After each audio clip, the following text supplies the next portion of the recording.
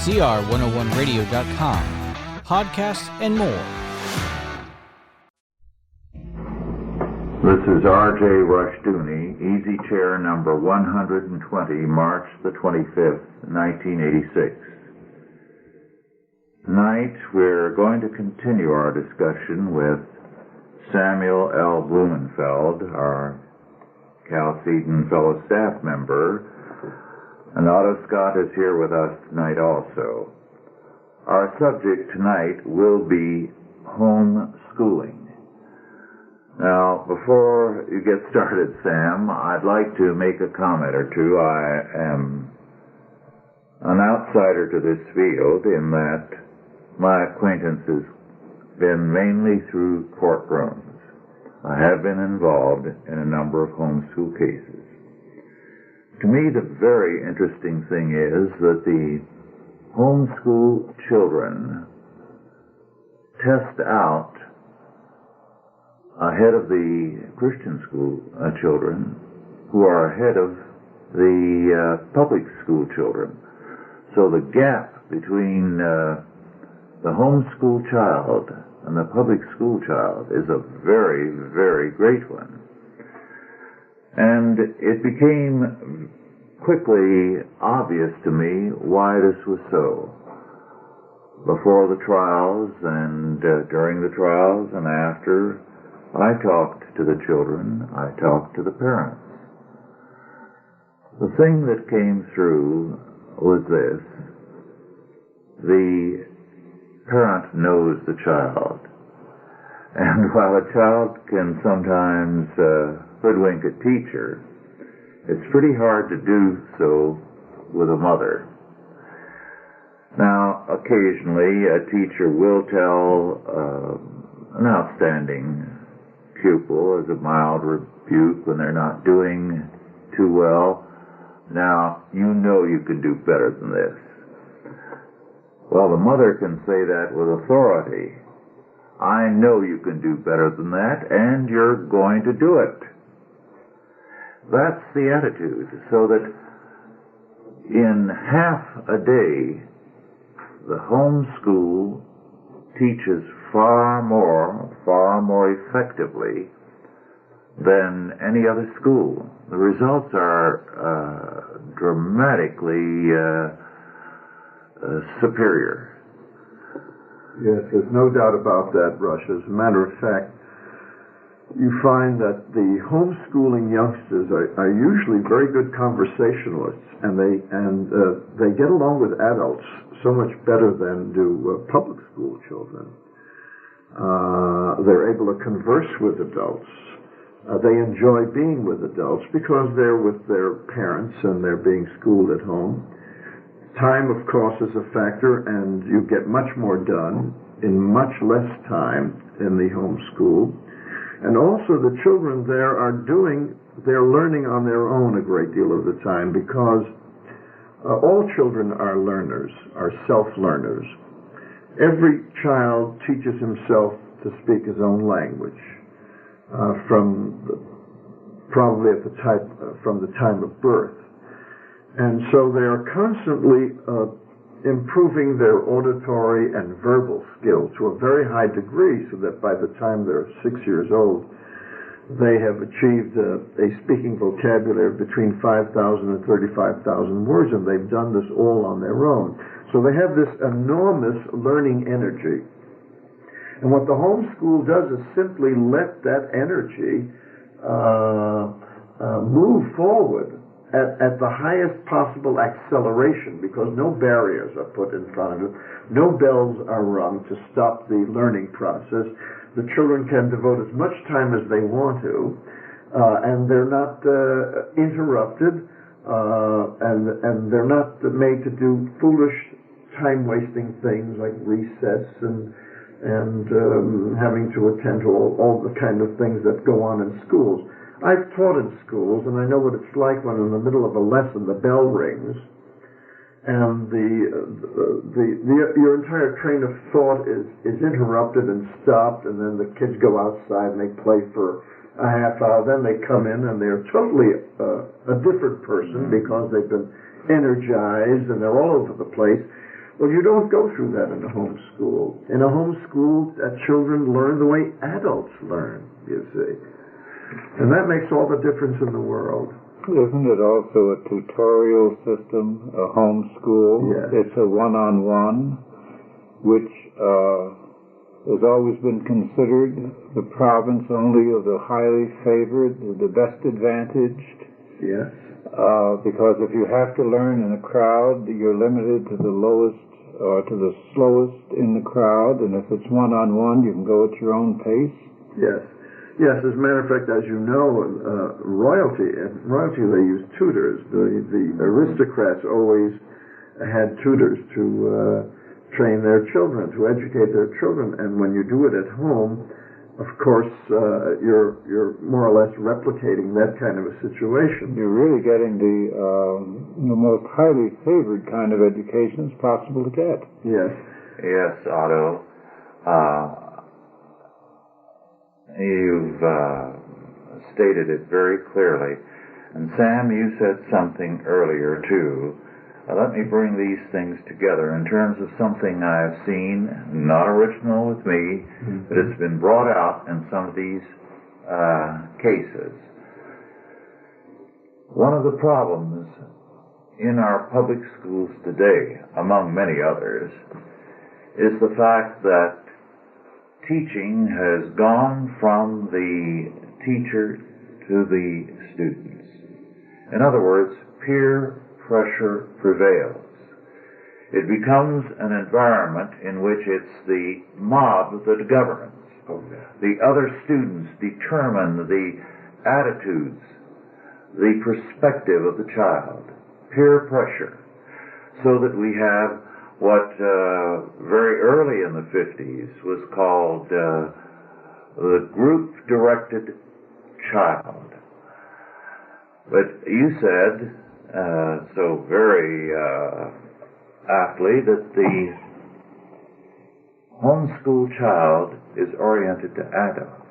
And it's from the adults that the child is going to learn.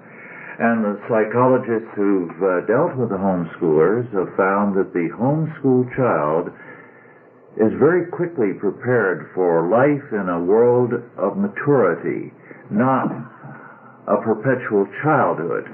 That's right. That's right.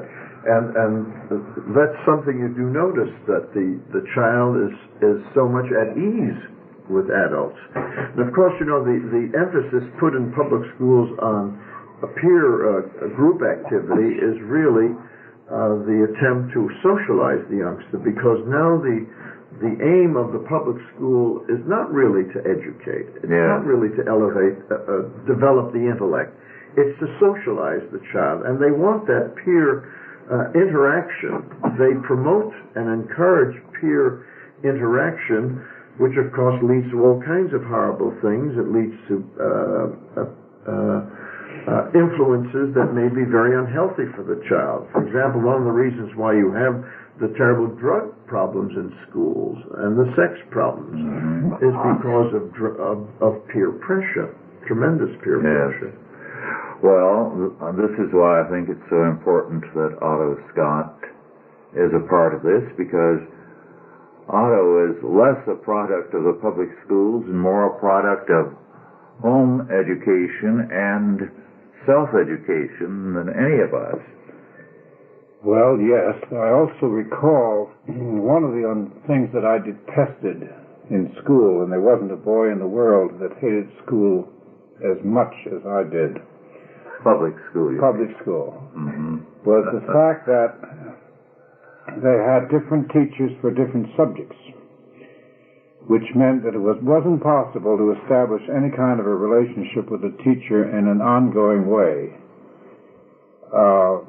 You went from the hands of one teacher who might be fairly sympathetic to a teacher who was unsympathetic, and then somebody who was apathetic. And I recall I did have a tutor at one time who had graduated from Cambridge in England, and he was abrasive, he was insulting, he called me a stupid little boy, and he was the best teacher I've ever had. He knew exactly what he was dealing with. He wasn't in the least bit deferential, or was he looking at his syllabus. He beat me into shape, and I detested him, loathed him. I've never liked anybody from Cambridge University since, but I look back at him as a wonderful tutor. Yes. And I was lucky to have the experience. Yes. You spoke of teachers, let's see, as sympathetic, apathetic, and what else? Oh, I've forgotten. Antagonistic, whatever. You left out pathetic. Yeah, pathetic, right. Which fits some I've known. Well, my impression is that they have no liberty, that they're tied to the syllabus. Mm-hmm. Yes, but also the important thing with the child and the home school is the parent-child relationship. I think that something happens there that the child does not get when the child is sent to school. For example, when your parent is the teacher, you develop a heightened respect for that parent. And there's one thing you notice in all homeschooling children, a tremendous admiration, love, and respect for their parents. You get none of this business of, oh, but you don't know anything. My teacher knows more than you do. Or we're doing in school something you don't know about, bringing homework to the parent and the parent saying, well, I can't figure this out, that kind of thing. The parents actually learn more than the children. I'm sure they do. And this is the interesting part of the process, Rush, is that we're creating a superior group of parents in America because these are parents who are not only learning to teach, but they have to learn an awful lot before they can teach. And I've even had homeschooling parents who asked me, for example, how to improve their children's spelling. And I suggested that they teach the child Latin. And then they'll answer, well, they don't know Latin. I say, well, why don't you learn Latin? The two of you can learn it together. Those are the possibilities. There are endless possibilities with the homeschool. Another thing about the homeschool is that it doesn't begin at 9 and end at 3. It's an ongoing process. It keeps going around the dinner table. It functions on vacations. I know of a homeschooling family in New Orleans that took a vacation by driving out to Los Alamos. They wanted to see the installations there, the atomic installations. And this young child, I suppose he was in his teens, was very much interested in astronomy. And they happened to find the address of the professor who had discovered the planet Pluto. Mm-hmm. And they actually looked him up and visited him.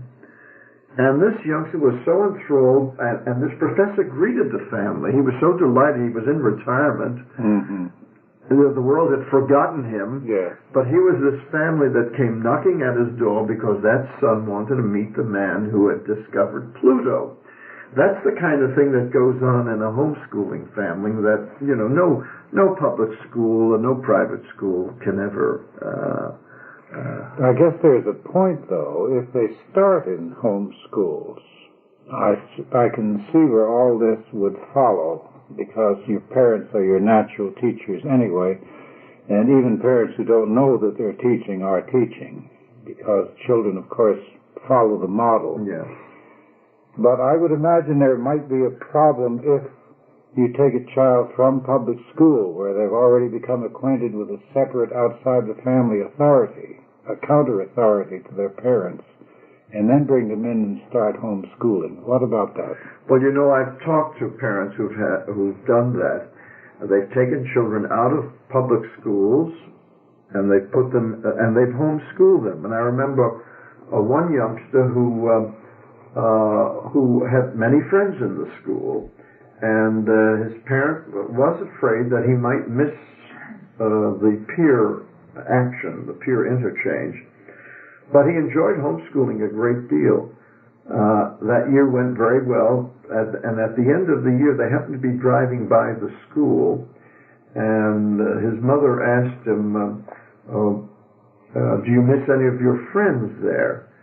And he replied, yes, I do. And then she asked him, would you like to return to the public school? And he said, his reply was, well, I don't miss them that much. In other words, sure, he misses them, but he prefers homeschooling. I've known very few children who, once they've had a taste of homeschooling, were prepared to return to the public school. Well, if you recall, I don't know about your experience, but there was a period of about a year, a little more than a year, I went to a public school in New York City. And I think I told you earlier there were fellows that had mustaches that were playing handball in the courtyard. And I used to feel nervous going past those fellows because you remember that was when they held you back if you didn't pass the exam. And it was a mixed bag to go to a new school. I had that problem too. Because some of your classmates were pleasant and friendly and some were decidedly not. And I think there's been too much emphasis in American educational circles, at least the ones I've read, about having the child become used to all kinds of different people. Oh, yes. We grow up in a society which is so polyglot that there's no way of escaping anybody. Yes. As soon as we leave the home, we're in a diverse society. So why should we push children into these difficulties prematurely? I agree with you. And of course, that question is always asked, or that comment is made that, well, you want your child to know the real world, so put him in a public school where he will rub shoulders. It's more democratic. Yes, with real people, as if the family is composed of fake people, you know. The family is a very real world. As a matter of fact, it's a microcosm of society, and it's the best place to learn about the real world. As a matter of fact, you learn some pretty awful, you get some pretty awful distortions of the real world in a schoolroom. Yes. That's true. One of the common questions asked by parents is, if I do not have a good education myself, can I be a homeschooler? Can I teach my children? Well, if there's a proper motivation, that parent can certainly learn, can go out and get the materials. You see, today there are many satellite homeschooling programs available. For example, Christian Liberty Academy in Arlington Heights, Illinois, supplies the complete curriculum. All the parent has to do is know how to read and be able to just simply give it to the student, and the student takes care of everything. The child takes care of everything. As a matter of fact, the academy even marks the papers. Mm-hmm. You send them the papers, and the academy marks them and sends them back. So, for those parents who feel inadequate about teaching their own children, there are plenty of very good satellite programs available. Yes. In such cases, your child, even though being homeschooled, is legally a student of an academy in another state. Do you want to give the address? You mentioned Christian Liberty Academy and its satellite schools. Yes, and Christian Liberty Academy is one of the best in the country. They have quite a thorough and excellent curriculum, a very good Christian curriculum. And their address is Christian Liberty Academy, 502 West Euclid Avenue, Arlington Heights, Illinois, 60004. Let me repeat that. Christian Liberty Academy, 502 West Euclid Avenue, Arlington Heights, Illinois, 60004.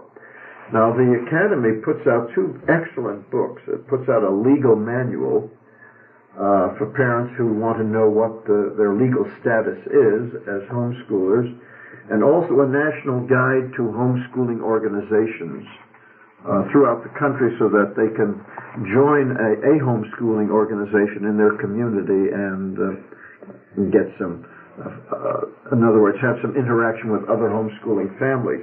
The notion that the homeschoolers are sort of isolated families that have no social contact with others is ridiculous, because you find a tremendous amount of social interchange among homeschooling families in associations, local associations, and state associations. It is right now a very rapidly growing movement, so much so that it has professional statist educators concerned and afraid. They do not know how many there are in the homeschool movement. I've heard estimates on one occasion in Washington, D.C., when some lawyers were talking, that ranged from 3 to 10 million. No one really knows. No, I think 10 million may be a little high, yes. Rush, but you know, there are many underground homeschooling families yes. that have not surfaced and are doing it on their own without letting the school authorities know, because in some states the authorities have been pretty awful and pretty harassing, and so these parents have kept a low profile. We'll never really know so the legal situation is somewhat scrambled. In some states, are homeschools illegal? Well, and yes, in many states they are, or they're regulated.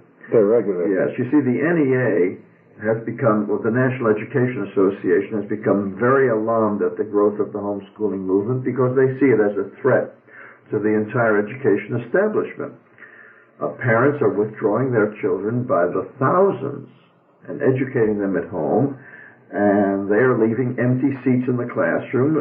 And of course, these children are escaping the socialization process that the NEA is so keen on making sure that every child goes through.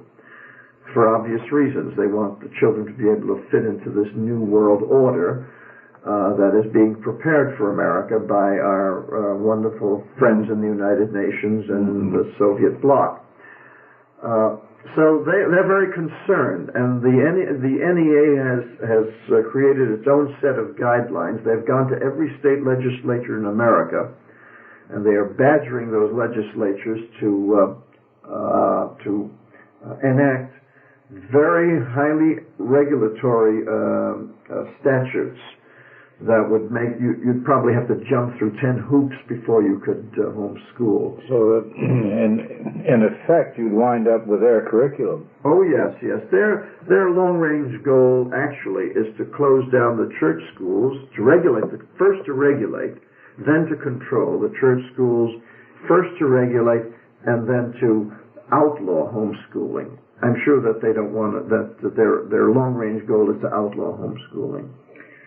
Some years ago, I met with a group of Catholic mothers who had pulled their children out of a parochial school they felt, with good reason, was becoming both radical and anti-Catholic.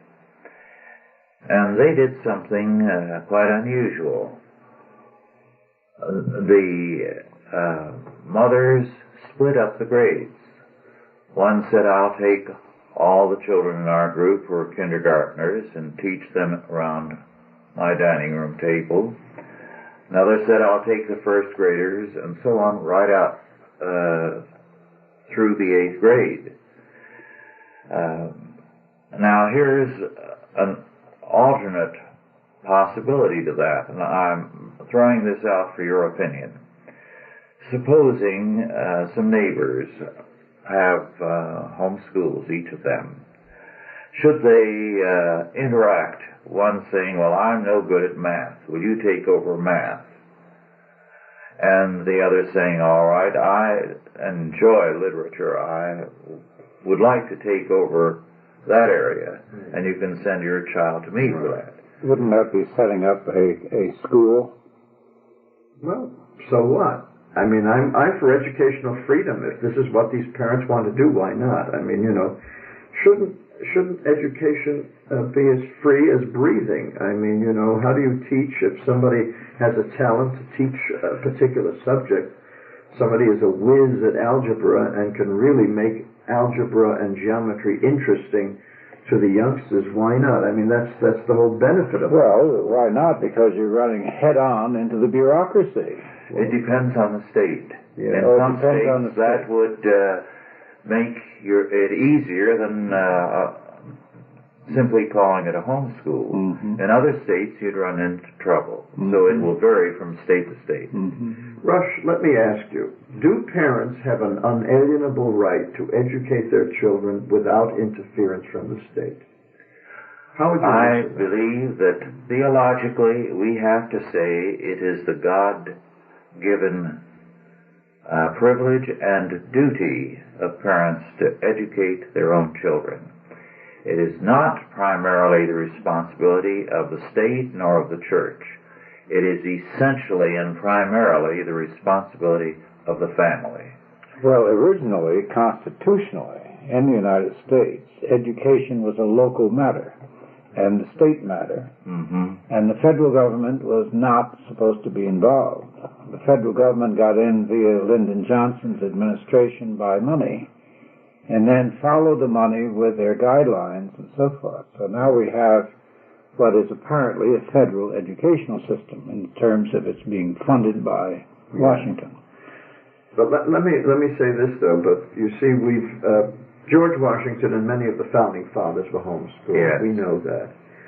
And homeschooling was rather widespread in the United States, particularly in the West, where you didn't have schools during the settlement period.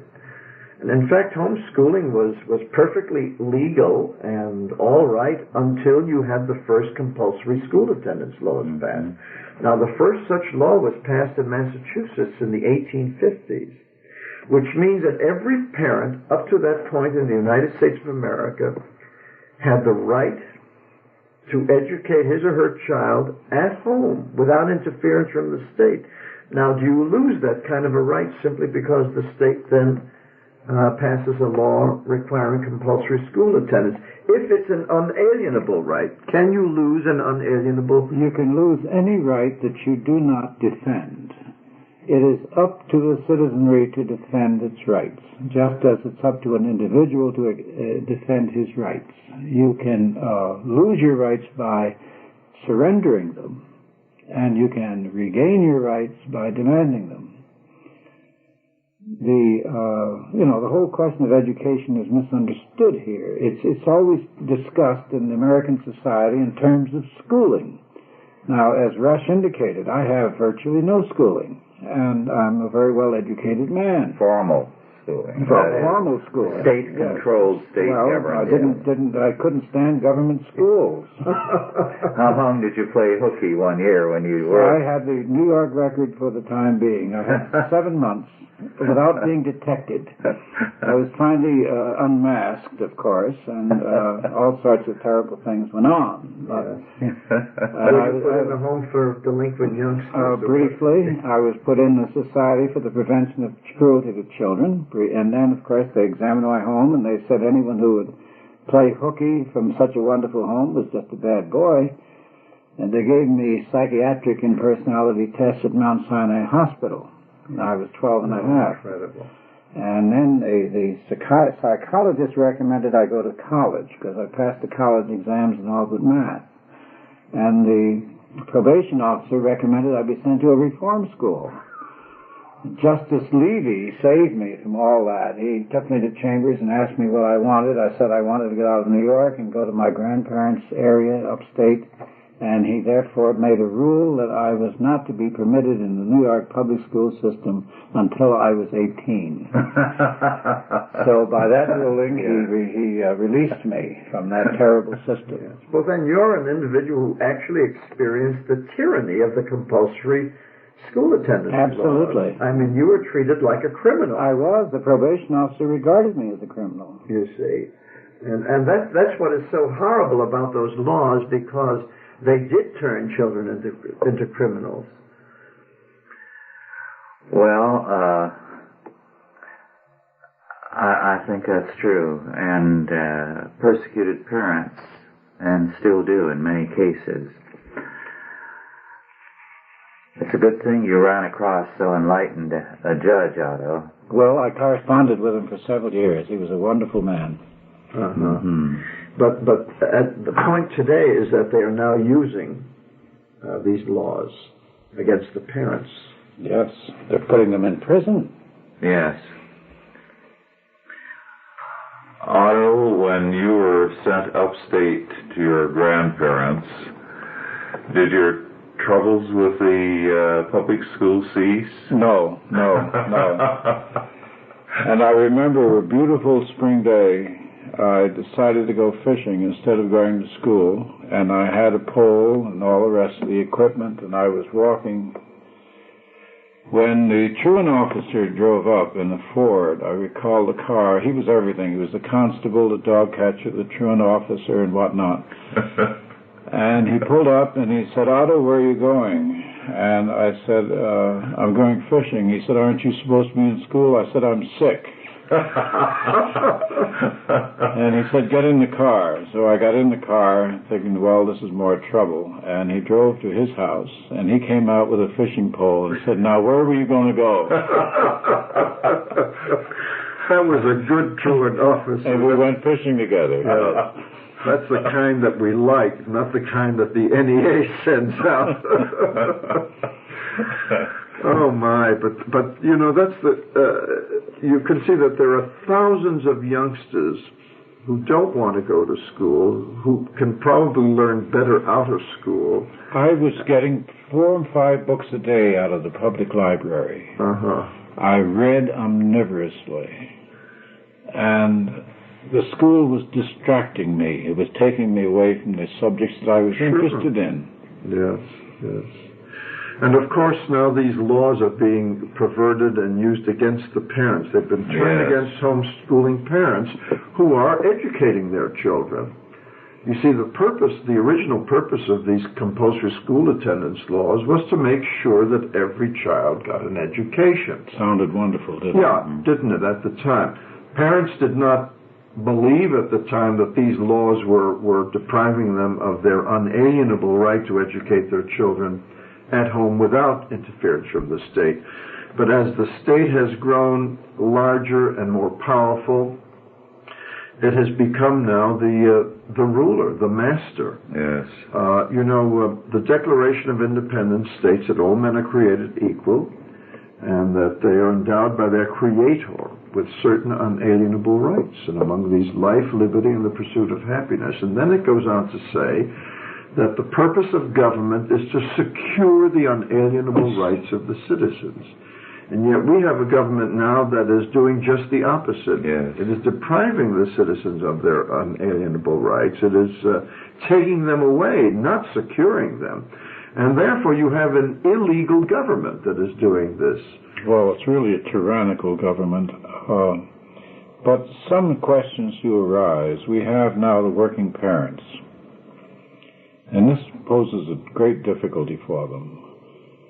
And many of them, for reasons that I find inexplicable, will buy new cars and whatnot with a double salary, but they will not spend the money to send a kid to a private school or a church school. Maybe they don't have a church.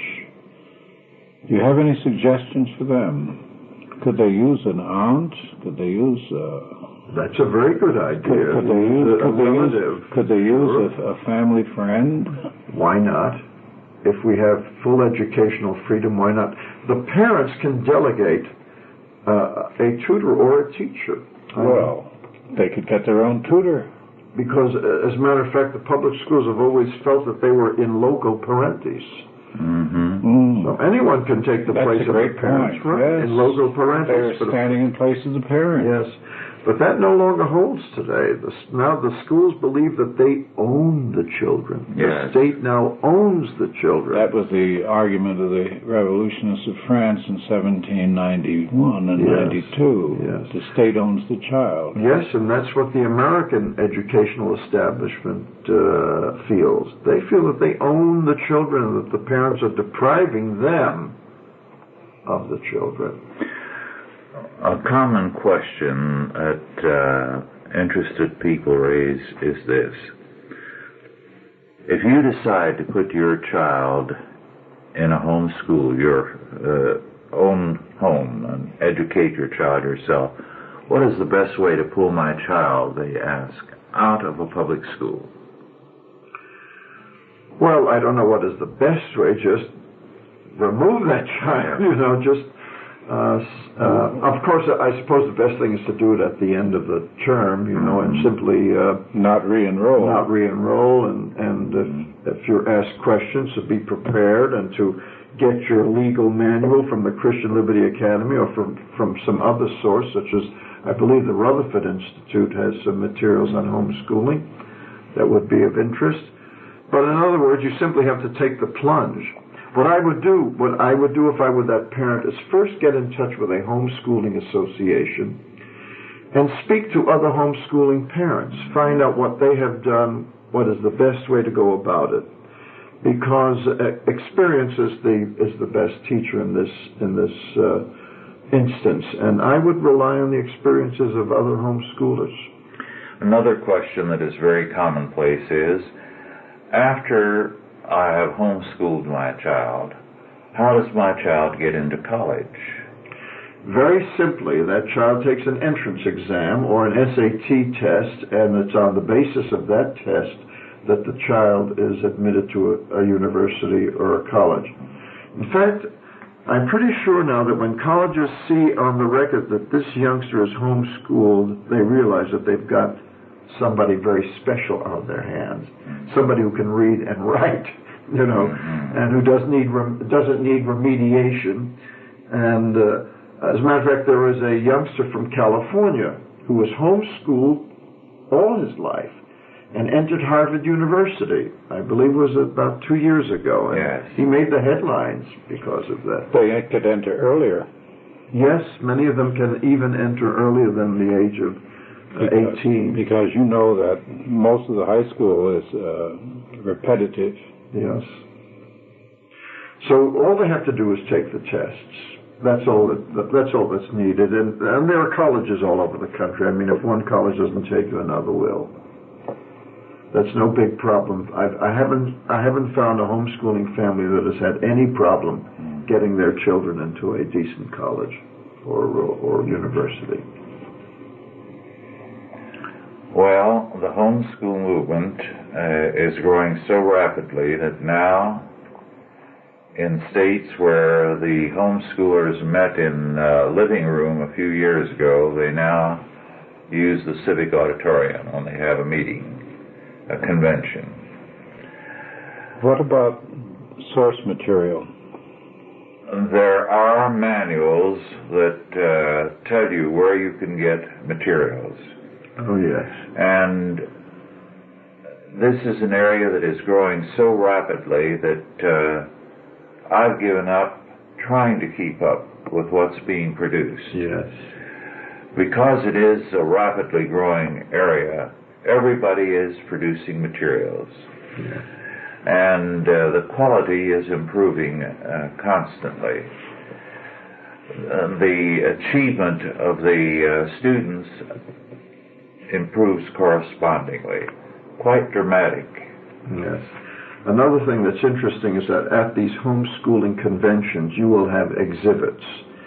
Publishers are now showing their wares. All kinds of books are available. Even the major publishers are now beginning to exhibit at these homeschooling conventions. It would be interesting to see if they're exhibiting the same materials. Well, some of them are, as a matter of fact. Now we have a whole new consumer, the parent, who is, looking over these materials and wants advice on which particular book to buy. And I've been asked that at various seminars. They will come up to me and ask, well, is this reading program better than that reading program? And of course, what you really need is a consumer guide. There are now homeschooling magazines. There's the Home Teacher that's put out out of Oregon. There are several of them now available on the market. And I predict that this is a great place for an entrepreneur to get involved, because I believe that the homeschooling market is going to be growing very rapidly. And anyone who wants to create who can create a good homeschooling magazine, a good professional magazine, is going to make a lot of money, because you've got a lot of parents out there who want to know what's available, who are interested in the products for homeschooling, and will appreciate a magazine of this kind. Mm-hmm. Yeah, it sounds to me as though this is where the future leadership of the United States is going to come. Well, that's where the past leadership came. Where did our founding fathers come from? You know, they came from the homes. And I've told homeschooling conventions, I said, the George Washingtons of tomorrow are going to come out of your home schools, not the public schools. Because, you know, George Washington read. Well, you know, the public schools teach conformity. Yes. To the group. Yeah. Group conformity, they also, they are involved in group dynamics, peer pressure, socialization. That's the whole thrust of public education today, is to destroy the individual's ability to be an individual with individual intelligence. Well, of course, you've got to recognize the dire social consequences if our Christian schools and homeschools grow. It will soon depopulate our prisons. We have no alumni from our Christian schools and homeschools in the prisons. Think of all the people who will be unemployed. Yes. Yes, that is a problem because, you know, they say that 85% of the people in the prisons are functionally illiterate. Yes. And I would imagine that some of them went into crime because they had no employable skills. They couldn't read or write. That was the basis for belief that was murder for profit. Yes. His first book on mass murderers, which are now very common, by the way. But in his day, the late 20s were very uncommon, and in every instance, there were men who didn't know how to earn an honest living in any sort of fashion commensurate with their desires. So therefore, by accident, in most cases, they found out that murder was a way of earning a living. They became serial murderers, as we call them today. And as the rise of functional illiteracy expands, as you know, we have more and more of these desperate activities. And that's particularly true among the blacks in America. They've been so devastated by public education that now the chief cause of death among young blacks is now homicide. They're now killing one another, and they're on drugs and all sorts of things. Another important development of the homeschooling movement, though, is the politicizing of the parents. You see, the parents have become aware that this is a political issue and that their rights are threatened by legislatures and lawmakers and teachers' associations. And so now they're organizing lobbies because they realize that, as you said, if they don't exercise their rights, then they lose them by default. Right, and that the only way that they can make sure that they can exercise these rights is to reassert them. And that's what they're doing now. They're organizing for legal battle with the state. I can't forget that Hitler gave several of his most crucial speeches to vast audiences of school teachers. Oh, yes. He outlawed the private schools, you know. As a matter of fact, the first thing the communists do when they take over is outlaw private schools and, of course, homeschooling, because they take control of the children. The socialization of children is a statist idea. In other words, children are to serve the state. And well, all governments will only teach what governments want you to know. Yes. I was in one homeschool trial about a year and a half ago. Two sets of parents, very superior people with remarkable children who were well over 5 years ahead of public school children, which, given the character of the public schools, isn't that much. But they were not tested in some areas, which would have made their standing greater because those areas were not in the test. Their curriculum included far more. The very ugly fact about that trial, which the parents lost, was that the 4 children, 2 aged 7 and 2 aged 9, were more literate and spoke better English than the judge, who was a real yahoo. Yes, what a commentary. That's the sort of thing where we have to put up with. But you see, Rush, I believe that now we need a counter kind of a program to repeal the compulsory school attendance laws in this country. I think that the only solution to this problem, the only way that the parents can ensure their unalienable rights is to form a national movement to repeal compulsory school attendance laws in all of the states. Yes. And I've suggested that to homeschooling parents, and they realize that that really is the only solution, because once you permit the state to have any say in what you're doing at home, you're ceding to the state a right that they'd never had, you see, and you're giving up your unalienable right. Mm-hmm. An unalienable right means total freedom. That's true. Respect. And it's also true that children develop at different rates. Not every child is benefited by being put in a preschool. Not every child is benefited by putting into a compulsory school at the age of 6. Woodrow Wilson, for instance, was taught by his father. Didn't learn to read until he was 12. And nobody is going to say that Mr. Wilson didn't turn out to be extremely literate. He had an extended childhood. And I sometimes think that an extended childhood would be a great gift for the average child. We're pushing them into premature adulthood. Yeah. And we're taking away their childhood. Yeah. Formal schooling is a very artificial kind of setup, because you're dealing with children in a kind of lockstep fashion. You're saying that, well, if they're 3 months younger than that particular age group, they've got to stay back. They can't fit in. Everything is done for the convenience of the educational establishment, not for the child at all. The entire setup is made for the convenience of the establishment and the teachers, and so you get these strange kinds of formalities that really don't do anything for education. Well, there's also the general feeling, I believe, in the United States, or throughout the United States, that the most important thing is to make friends and contacts. This is why people should go to college. I mean, my grandfather said no one in our family goes to college to be a gentleman. That's an English idea. Well, now it's an American idea.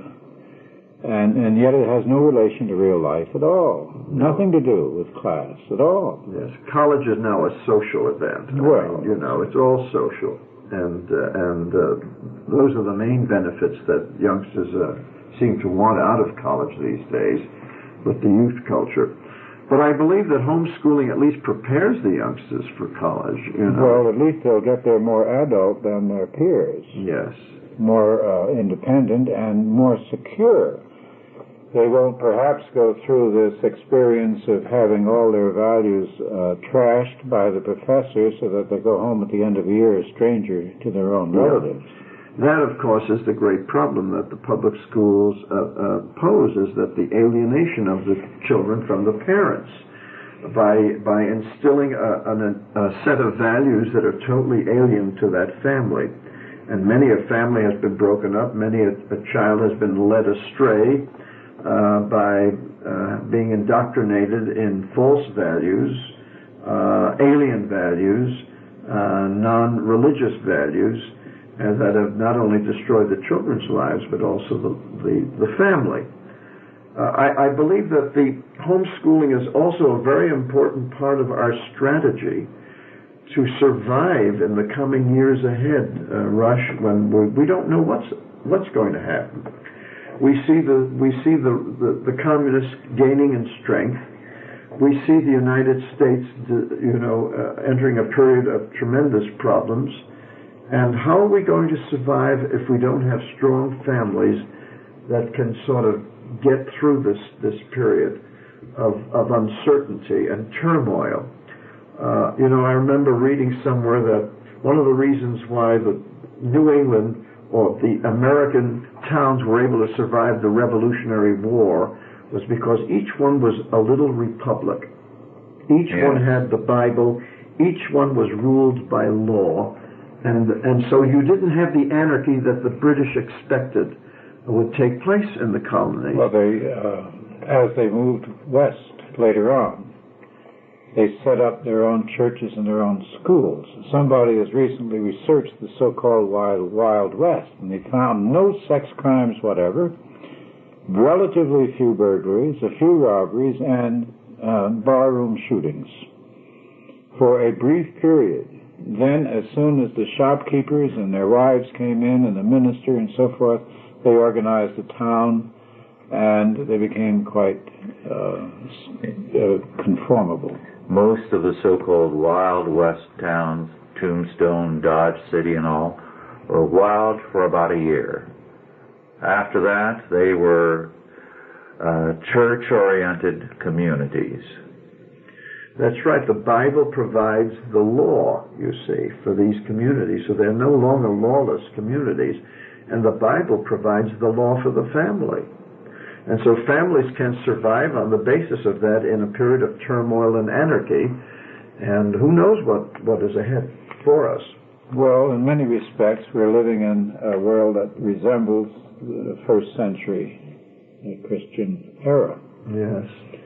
We're surrounded by pagan forces that appear to be overweening, difficult to overcome. For the first time, I guess, in many generations, the people of the West are not looking forward to the future with hope or with happy expectations. Right.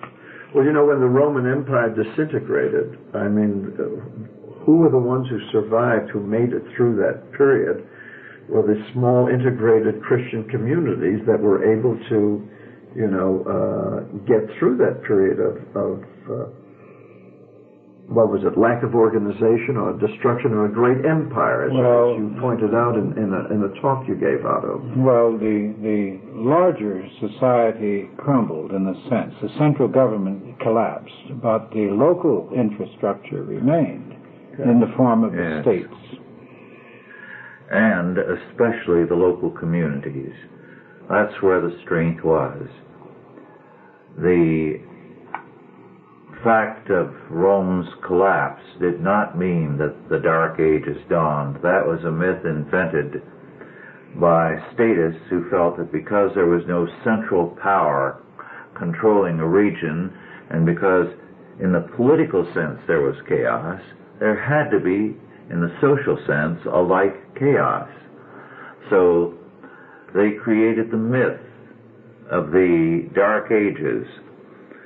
Originally, it extended from the fall of Rome to the Renaissance. Yeah. Then the ages of faith. Yes. Then they began to limit it a bit until finally it disappeared altogether, although occasionally you find someone who still speaks of them, but it's a myth. And that was a period when the great cathedrals were built, these incredible, magnificent. Well, the tapestry of Europe became the richest, most variegated civilization the world had ever seen. It exceeded all the pagan wonders, and yet without a central government. Yes. In the early part of that era, the so-called heart of the Dark Ages, you had your first industrial revolution. Mm-hmm.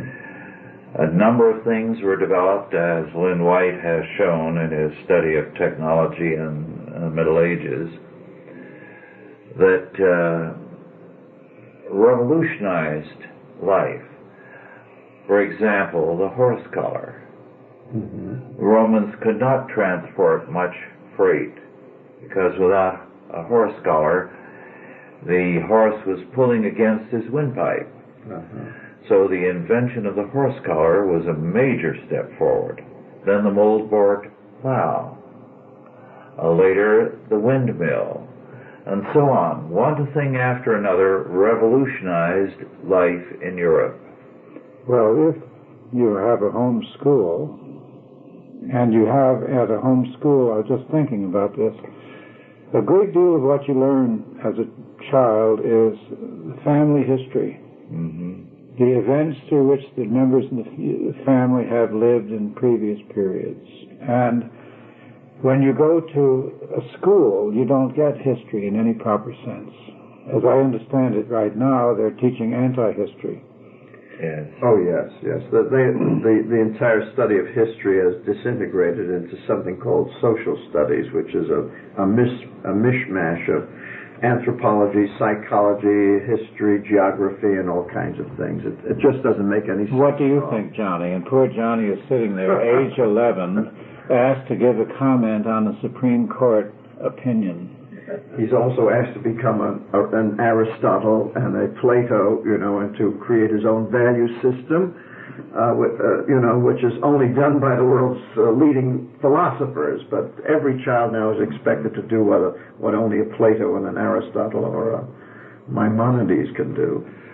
Well, to me, one of the most exciting aspects of the homeschool movement is that these homeschool children are exceptionally good readers. Yes. They enjoy reading. They are continually reading armfuls of books, history, literature, anything they can get their hands on, with zeal. Now, this gives us a counter trend to what the public schools have done. They have limited the ability to read and the interest in reading, so that it is actually affecting today the world of publishing. And suddenly now you're creating an audience. Right, a new audience of book readers. Yes, this is very hopeful for the future. And also, you find in homeschooling families, they don't watch television as much as the average family does. You don't have everyone gathered around the boob tube at night, and also there are some homes in which the television set is always on, even if no one is watching it. I know, that's fantastic. In my home, the television set, my daughter's home, the television set was broken for 11 years. On purpose, I imagine.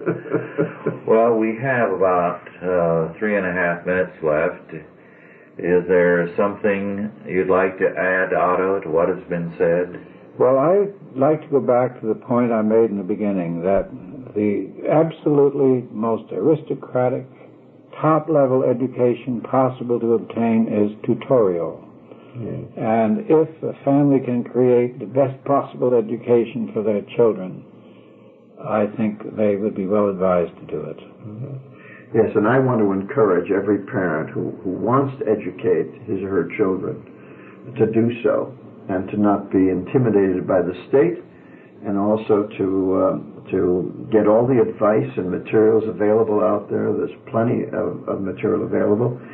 And to do it, to go ahead and do it, and face up to what we may have to deal with, because restoring individual rights, unalienable rights, entails some risks these days. You see, the state is very jealous of the rights that they've removed, and getting them back may mean even going to jail. Some parents have gone to jail, but it's better to go to spend a month or two in a county jail than 10 years in the gulag. Well, there's lots of legal help coming available too, isn't there? There is a lot of legal help, so there's no reason why parents would have to. They won't be alone. Yeah, and they won't be alone. Well, we are seeing in the Christian schools and the home schools the development of a generation that will have a capacity for leadership that does not exist in the state schools. The state schools create a mob. Children with a mob mentality who respond to peer pressure. Our Christian schools and home schools are creating people who have a strength of character and an ability to stand alone. This gives us a great deal of hope for the future. Well, thank you very much for your part, and